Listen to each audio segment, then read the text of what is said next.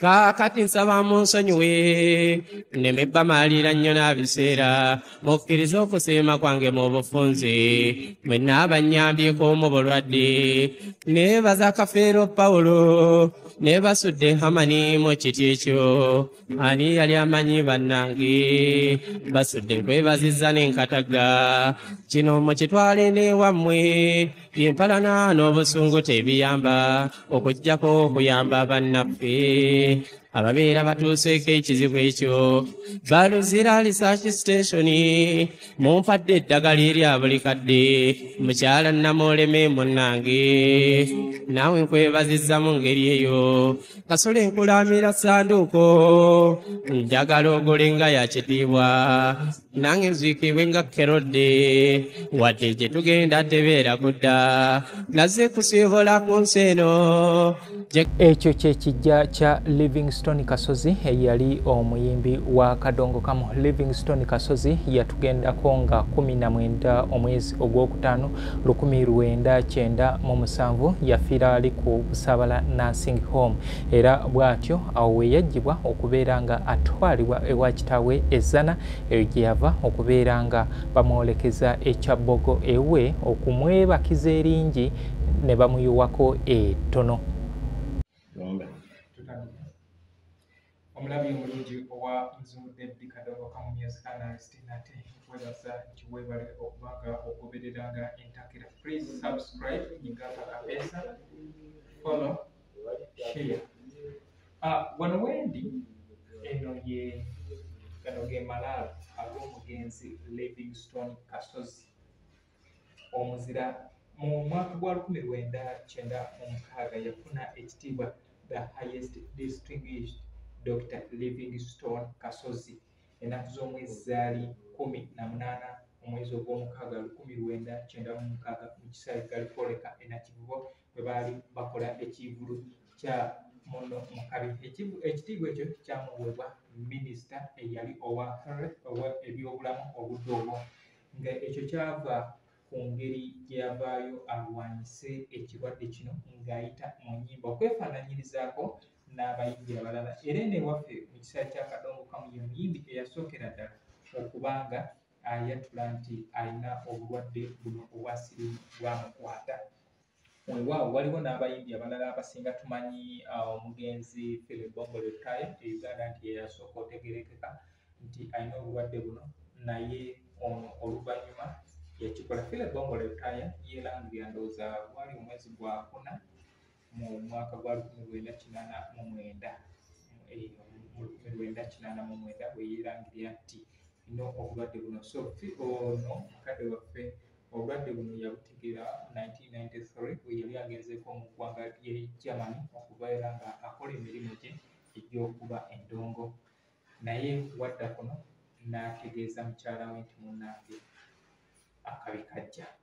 Bangi babadde bambuuza nti mwami Muzungu nga totulagangako ewaziikibwa Livingstone Kasozi nti otambudde wano ne wali tukulaba ewa Kafeero basudde twakulaba naye owoono togira. Ewa Kasozi nali ntuuseewo emirundi sigumu 2-3 naye okusinga ebintu bino nga mbikolera ku Facebook Muzungu David Kadongo Kamu Music Analyst. Kale bwe ntyo nsazeewo vidiyo eno ngibakomezeewo wadde ngenda kubanga njogerera. Kale bantu bange mbebaza okubanga mukyangoberera. Nze Muzungu David Kadongo Kamu Music Analyst nkusaba ti subscribinga, likinga, commentinga, sharinga wobanga obadde tobikolanga. Wobanga wa subscribinga kati kola kimu commentinga, likinga, sharinga. Bwe tutyo bwe tugenda okubeeranga tukulaakulanya Kadongo Kamu. Wano wendaba bagamba Livingstone Kasozi endo yazaalibwa ennaku z'omwezi nga August gwa 8 nga 1966 yafa mu mwezi gwa 5 ennaku z'omwezi nga 19 1997 yaziikibwa ennaku z'omwezi nga 21 ogwokutaano 1997 wano ekyabbogo mu Buddu. Obayibe yali Masaka naye kati ali mu Lwengo district. Wano baalaga nti ebimu ku bintu byasinga okukola yali muwandiisi w'ennyimba, muyimbi, producer era ng'akolera mu kibiina kye ekya Kampala Music Stars. Naye ndowooza kye beerabirako n'ekirala nti yali mutendesi, yali manager ate omuzannyi wa katemba, HIV/AIDS activist and country music legend. Ekitiibwa oba eŋŋombo ne bamukazaako the pretty boy ye Livingstone Kasozi, omusajja eyali omubalaga mu kisaawe kino ekya Kadongo Kamu. Kale nsazeewo ne ŋŋamba nti kampitireko wano tulabe nga bwe tuli mu nteekateeka eno ne mutwe wange Kabyanzo Media oba nze Ssekiito Frank olukoba ku Baba TV buli lunaku lwa Sunday ssaawa 8 paka 9, then ne ku Baba TV Baba Radio okuva ku ssaawa 10 paka ssaawa 1. Ndina Victor Steve Kasirye atandika ssaawa zibeera 8 ku Mon TV, then ne muto wange omulala Charles Mugenyi Smart ow'enkofiira tagijjaako. Tukoze ekintu kino okubanga tusobola okubagirayoko ku bintu bino abasinga tunyumirwa abantu bano nga tunyumirwa music waabwe, naye era tulina okuba nga tubanoonyaako. Jjukira omwaka 1997 gwatwala abayimbi baali bangi, naye nga okusinga kwa byonna omugenzi ono we tuyimiridde Dr. Livingstone Kasozi ne Salongo Hamani Samakula basudde egaali amawulire ag'entiisa mu kisaawe ekya Kadongo Kamu. Naye nga ne Fiona Nakayiza yali mukyala wa Mbalire Katete, naye yafa mu mwaka ogwo ogwa 1997. Jjukira basudde ye ono yafa ku nnaku zino ze nkugambye, wayitawo ennaku 21 ne basudde n'afa. Basudde ng'amaze okufa wayitawo ennaku 9 Fiona Nakayiza naye n'afa. Then nga 15 December 1997 ne jjajja w'abayimbi Christopher Tegese Baduka naye n'afa. Ama's Closet ffe tukyasinze okutuusako ebyambalo eby'omulembe okuva e China omuli zi tops, skirt, office pants, legging n'ebirala bingi. Tusangibwa ku Ham Shopping Grounds Block D mu room 252 ne 099 okumpi n'ekizimbe ekya Jesco Beauty Center opposite Total Business. Olaba Block D wetandikira kati yambuka amadaala edduuka ly'osookerako ku kkono lye lya Ama's Closet. Tutunda ekimu ekimu n'okusuubuza. Tukubire ku 0701-93-83-16 oba 0762-89-82-01. Ama's Closet, where fashion meets you. New Subs Fashions tukutuusaako ebiteeteeyi kw'ossa abaya, engatto, ensawo z'abakyala, jackets, jeans n'ebirala. Tusangibwa ku Wilson Street ku kizimbe ekya Sunset Arcade ground floor shop number 2. Okututuukako va ku Pioneer Mall otambule ngadda ku Arua Park, yisa ekizimbe ekya Wilson 1 oyite ku Health Link Pharmacy. Kati awo weekoma yambuka amadaala gakuyingize ku Sunset Arcade, awo ng'otutuuseeko. Engoye zaffe tuzijja China, Egypt, Vietnam n'amawanga amalala. Omukyala omwambazi omulungi ayambala naffe.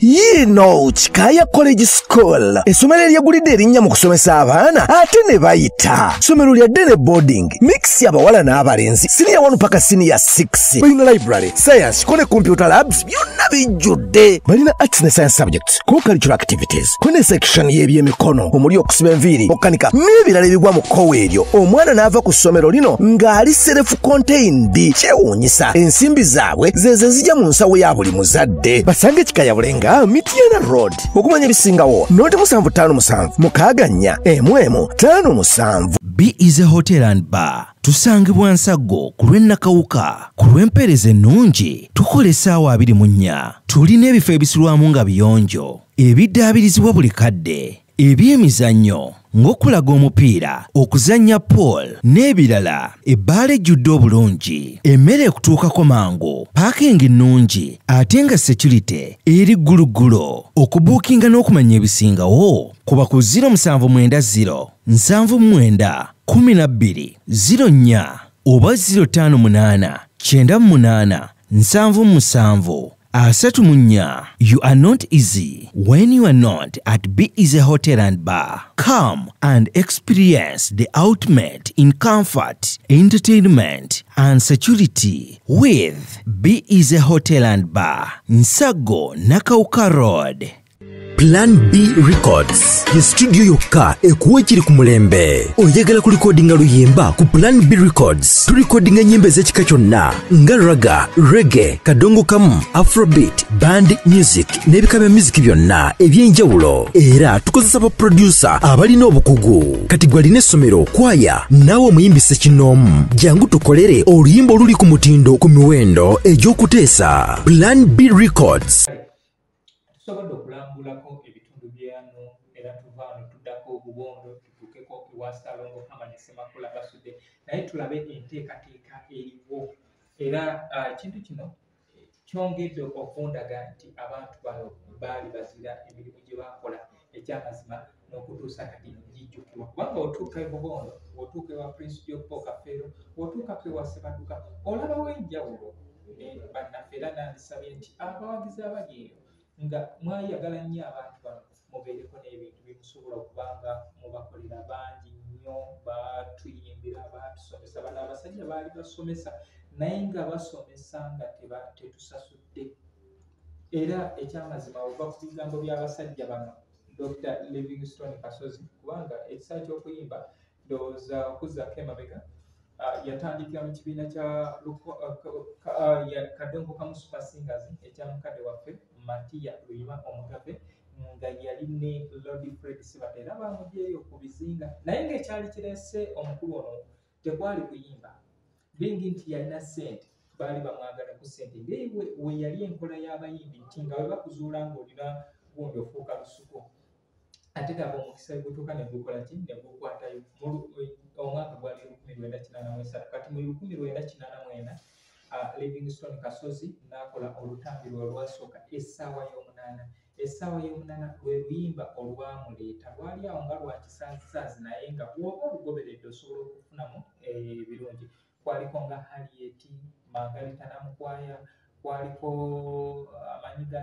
amanyi ga siringi then oba abiika ebibiri ze zimu ku nnyimba ezaali ku lutambi olwo yatambula bw'atyo bw'ava mu kibiina kya Kadongo Kamu Super Singers ne beekwatako n'omugenzi Moses Katende Omugabe. Moses Katende baali naye mu kibiina kya Kadongo Kamu Super Singers ekya Matiya Luyima naye nga wabalusewo olutalo wakati wa Lord Fred Sibata ne Matiya Luyima batandise okwekuba ennyimba Sibata amuyimbi obulamu bumpi ne bavaawo ne bagenda ne bakola ekibiina kya Lukwata Gita Singers mu 1987 era ekibiina ekyo ekya Lukwata Gita Singers Livingstone Kasozi ne Moses Katende bakikola nga balina Sisenaku ono era mwennyini agenda n'aleeta manager Kizito oba abasinga gwe tuyita Jazz Commander oyo we muba mulaga ennyimba za Kafeero ez'oku stage yaliko ng'akuba jazz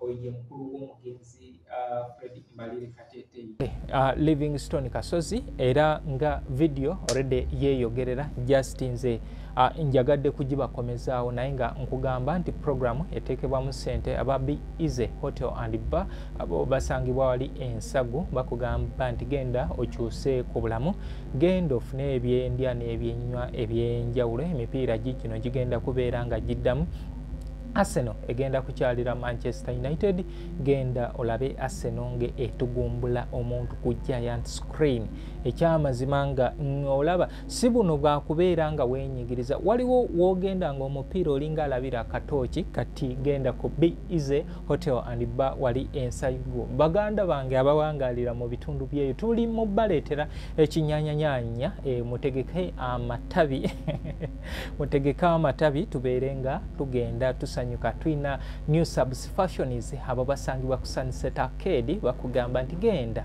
baberenga bakwambaza ofuuke omwambazi omulungi.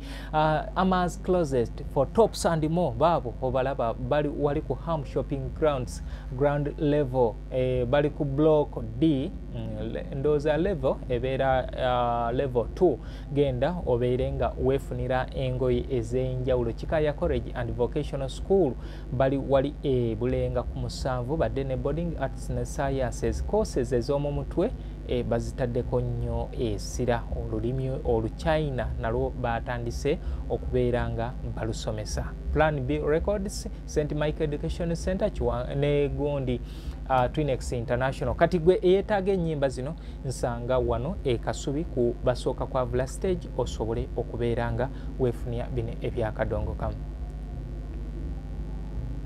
Kale oyo ye Livingstone Kasozi ekyo kye kijja kye. Sematimba Reagan ye yakola omulimo guno ogw'okubeeranga azimba kitaawe ebbanga lye yawangalira mu ggwanga lya America. Yaŋŋamba nti muzeeyi nze kye nali nsobola okubeeranga nkola kye nakuŋŋaanyayo kyonna nakireeta ne mbanga nkissa ku taata wange.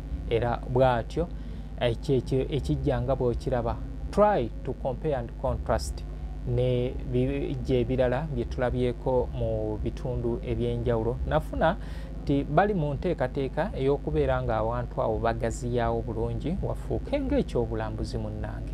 Lwakuba yo famire eno ndowooza si nnyangu ya kusanga nnyo mu mawulire naye nga Livingstone Kasozi ojja mujjukira nti yazaalibwa mukadde we omugenzi Livingstone Kasozi Senior n'omukyala yazaalibwa omukyala Nanzili Penina. Ye Livingstone Kasozi ku kitaawe bazaalibwa abaana babiri.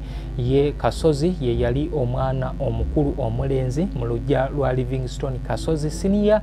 Noono omuwala Nakawuka Rose Nakawuka Rosemary oyo yakolanga nno na mu banka.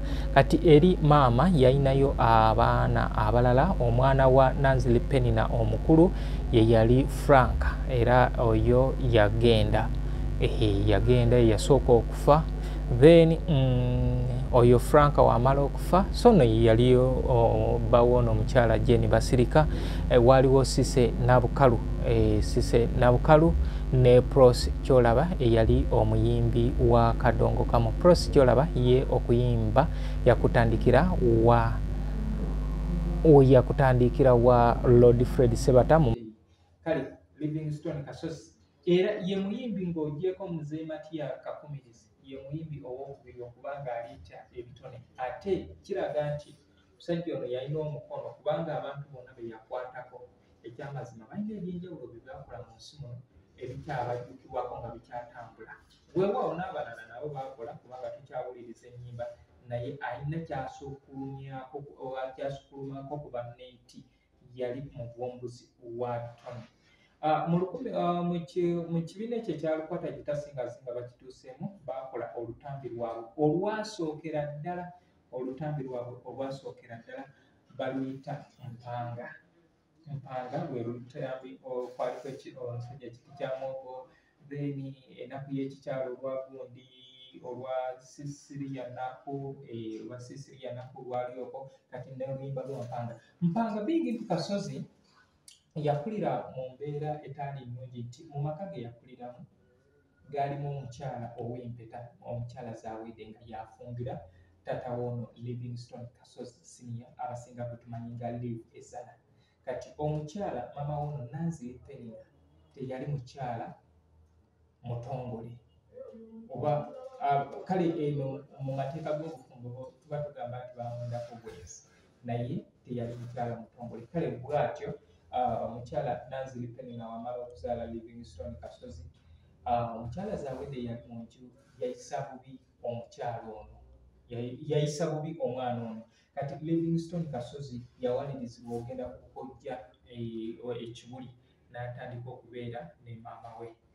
Era bw'ayimba oluyimba lwa Mpanga abasinga tebamanyi nti oluyimba olwo lwali lwa Livingstone Kasozi naye nga yayita mu Moses Katende bayimba oluyimba nga lukuba oba lulaga ebibi ebiri mu maka gundi Livingstone Kasozi ne Zawedi bye baali bakola era n'ebintu ebiri mu maka gaffe abasinga bye tuba tukola ng'abazadde ensobi ze tuba tukola. Kale bw'atyo mu luyimba olwo tulaba Livingstone Kasozi ye yasalawo n'azannya nga taata ng'azannyira ddala taata we bye yali akola. Moses Katende n'azannya nga Mpanga, omwo yazannya ye Mpanga naye yali azannya nga Kasozi we yali ayisibwa mu maka. Then Cecilia ng'azannya nga Zawede ebintu bye yali akola omwo. Then olutambi olwaddako mu kibiina ekyo lwali olutambi Jessica Nababi 1988. Olutambi olwo lwafulumira mu Nick Studios ey'omugenzi Alex Ngabayo. Alex Ngabayo yali musajja munyarwanda naye abambi nti naye olumba olwatwala ono naye lwamutwala Alex Ngabayo yaziikibwa Kyaggwe. Kale olutambi olwo kwafulumirako oluyimba olumanyiddwa nga Mukakitange ye Part 2 ey'oluyimba Mpanga. Mukakitange ye Part 2 ey'oluyimba Mpanga era bye yayimba omwo byonna yali true story ng'agamba maama yamuliisa ennyama esiridde yakimanya nti asobola okuganza owooluganda we. Naye bw'owuliriza oluyimba olwo Kasozi akunnyonnyola nti nakikola si mu bugenderevu naye ensobi ezibeera mu maka gaffe naawe osobola ogikola kubanga taata azadde ebuddu n'aleka eyo n'azaala abaana abalala n'abaleka Kyaggwe n'Ebulemeezi. Kati gwe olimanya otya bw'atyo Livingstone Kasozi agenda okumaliriza nga aganziza mwana muwala oluvannyuma ekyazibulibwa nga obudde buyiseewo nti Livingstone Kasozi si lye lyamuzaala. So bweyatyo n'atandika okutambula n'ezo ennyimba ez'enjawulo okutuusa mu 1996 we yatusiibuza oluyimba Dunia Weeraba okufaananako ne banne nti Prince Jopo Kafere yatusiibuza oluyimba Nsonda Nnya, then Hamani Basudde abakungubazi Senior Irene Nakito n'atu Dunia Weeba kino si kyomu n'ebintu ebirala webityo. Kale baganda bange nsaba nti mugezeeko nnyo mutugoberere Kabyanso Media. Osobola okugenda ku YouTube, osobola omufuna ku Facebook, omufuna lukoba ku lukobeera, osobola ogifuna ku YouTube, ku Facebook, yonna osobola okuba ng'okola ki ng'ofuna muganda wange oyo.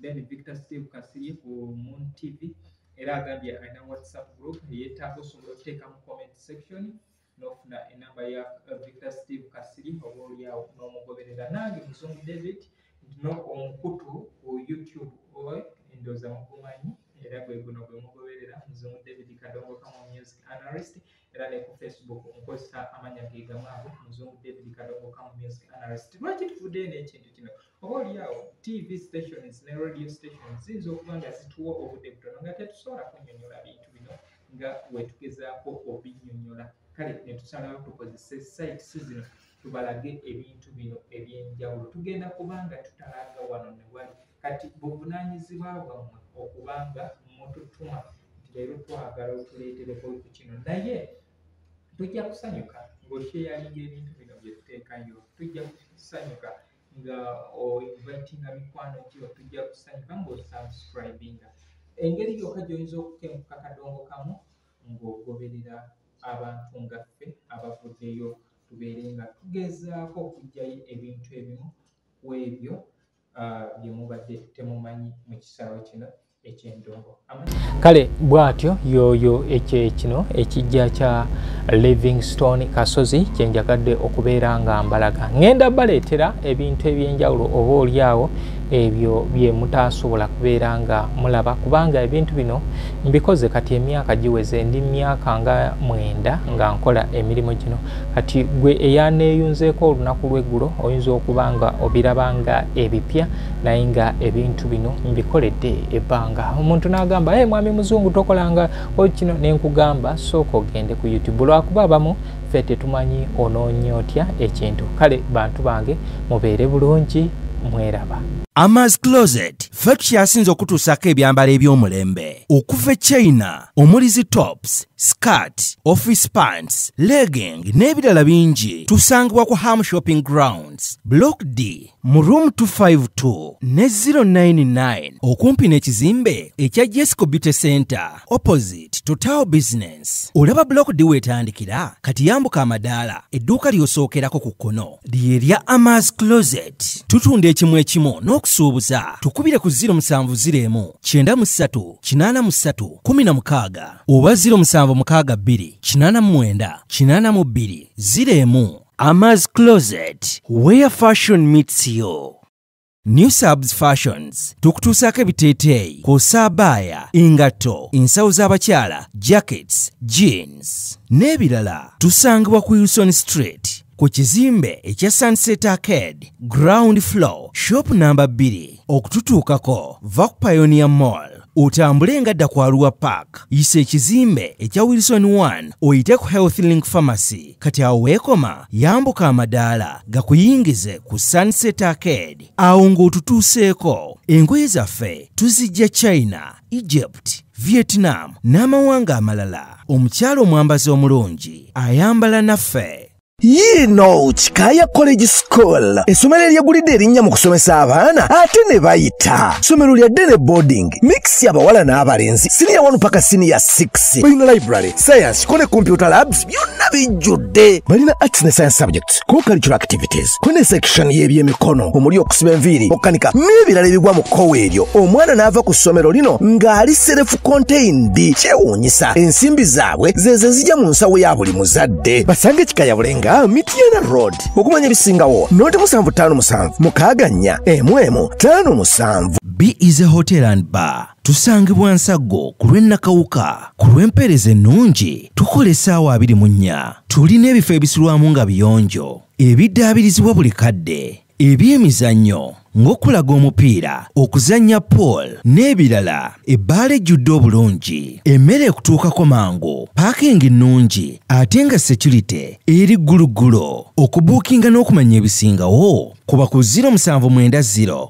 79 12 04 oba 058 98 77 34. You are not easy when you are not at B is a hotel and bar. Come and experience the ultimate in comfort, entertainment and security with B is a hotel and bar. Nsago Nakauka Road.